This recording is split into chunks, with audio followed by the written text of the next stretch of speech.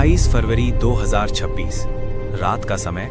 पश्चिम Asia का आसमान अचानक चमक उठा। कुछ ही सेकंड में सैकड़ों किलोमीटर दूर तक राडार स्क्रीन लाल हो गई। मिसाइलें आसमान चीरती हुई अपने लक्ष्य की ओर बढ़ रही थीं। सायरन बजने लगे, लोग बंकरों की तरफ भागने लगे और फिर दुनिया भर की न्यूज़ एजेंसियों ने एक ही खबर फ्लैश की। यूनाइटेड स्टेट्स और इजराइल ने मिलकर ईरान पर एक बड़ा समन्वित हमला शुरू कर दिया है। दुनिया को पता चल गया कि ये एक बड़ा अंतर्राष्ट्रीय सैन्य हमला है। दुनिया भर के लोग टीवी पर यह खबर देख रहे थे।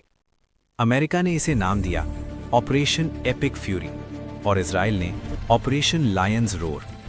ये हमला सिर्फ एक सैन्य कार्रवाई नहीं था, ये पूरे क्षेत्र की शक्ति संतुलन को बदल देने वाला कदम था।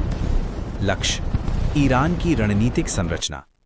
हमले का मुख्य लक्ष्य था ईरान की सैन्य और परमाणु संरचनाएं। तेहरान, इस्फहान और नतांज के आसपास के कई ठिकानों पर हमले की खबरें आईं। रिपोर्टों के अनुसार इस हमले में ईरान के सर्वोच्च नेता अली खामेनेई के परिसर को भी निशाना बनाया गया। कुछ अंतर्राष्ट्रीय मीडिया रिपोर्टों में यह दावा किया गया कि इस हमले में खामेनेई की मृत्यु हो गई।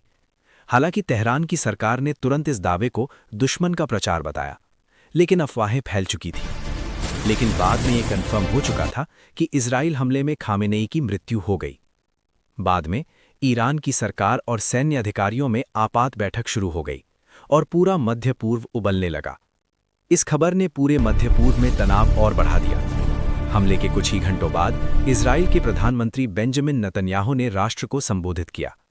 उन्होंने कहा, ईरान का परमाणु कार्यक्रम पूरे विश्व के लिए खतरा है। अगर हमें खुद को बचाना है तो हमें कार्यवाही करनी ही होगी। इजराइल का दावा था कि ईरान परमाणु हथियार बनाने के बहुत करीब पहुंच चुका है और यह हमला पूर्व रक्षात्मक कार्यवाही था। हमले के कुछ ही घंटों बाद ईरान ने जवाब दिया। इस जवाबी कार्यवाही को नाम दिया गया ट्रू प्रॉमिस 4। ईरान की रेवोल्यूशनरी गार्ड ने सैकड़ों बैलिस्टिक मिसाइलें और ड्रोन लॉन्च किए। लक्ष्य थे इजराइल के सैन्य ठिकाने, खाड़ी क्षेत्र में अमेरिकी बेस और कुछ रणनीतिक बंदरगाह। तेल अवीव, हाइफा और नेगेव के ऊपर आयरन डोम और अन्य एयर डिफेंस सिस्टम सक्रिय हो गए, लेकिन फिर भी कुछ मिसाइलें अपने लक्ष्य तक पहुंच गईं। सबसे चौंकाने वाली बात यह थी कि यह टकराव ऐसे समय हुआ जब यूनाइटेड स्टेट्स और ईरान के बीच परमाणु वार्ता में हाल ही में कुछ प्रगति हुई थी। विशेषज्ञों का मानना था कि अगर बातचीत जारी रहती तो एक नया परमाणु समझौता संभव था। लेकिन इस हमले ने सब कुछ बदल दिया। अब सवाल सिर्फ परमाणु कार्यक्रम का नहीं था, अब सवाल था पूरे पश्चिम एशिया में युद्ध का। इस संघर्ष के बाद कई देशों ने तुरंत प्रतिक्रिया दी। रूस ने इसे खतरनाक उकसावा कहा, चीन ने तुरंत युद्ध विराम की अपील की, यूनाइटेड नेशंस ने आपात बैठक बुला ली।